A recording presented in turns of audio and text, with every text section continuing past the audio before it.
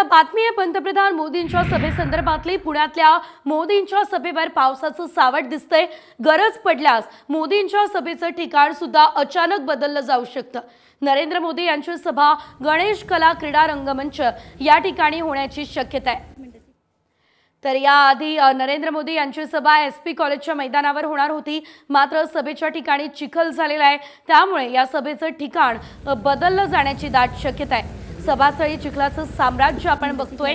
तर मोदींच्या सभेची आता गणेश कला क्रीडा मंच या ठिकाणी आता तयारी सुद्धा सुरू करण्यात आलेली आहे।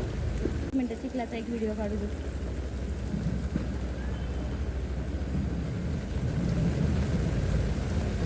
मात्र पंतप्रधान नरेंद्र मोदी यांचा हा पुण्याचा दौरा नेमका कसा असणार आहे आपण बघूया ग्राफिक्स मध्ये। पुणे विमानतळावरती त्यांचं सायंकाळी 5:35 आगमन होईल। शिवाजीनगरमधील मेट्रो स्टेशनवर ते 5:55 दाखल होतील। शिवाजीनगर ते स्वारगेट पर्यंत भुयारी मेट्रोला ते ग्रीन सिग्नल दाखवतील। स्वारगेट ते कात्रज नव्या मेट्रो मार्गाचं भूमिपूजन सुद्धा ते करतील। संध्याकाळी 6:30 वाजता पंतप्रधान मोदी सभास्थळी पोहोचतील। 7:55 पंतप्रधान पुणे विमानतळावरून पुन्हा दिल्लीकडे रवाना होतील।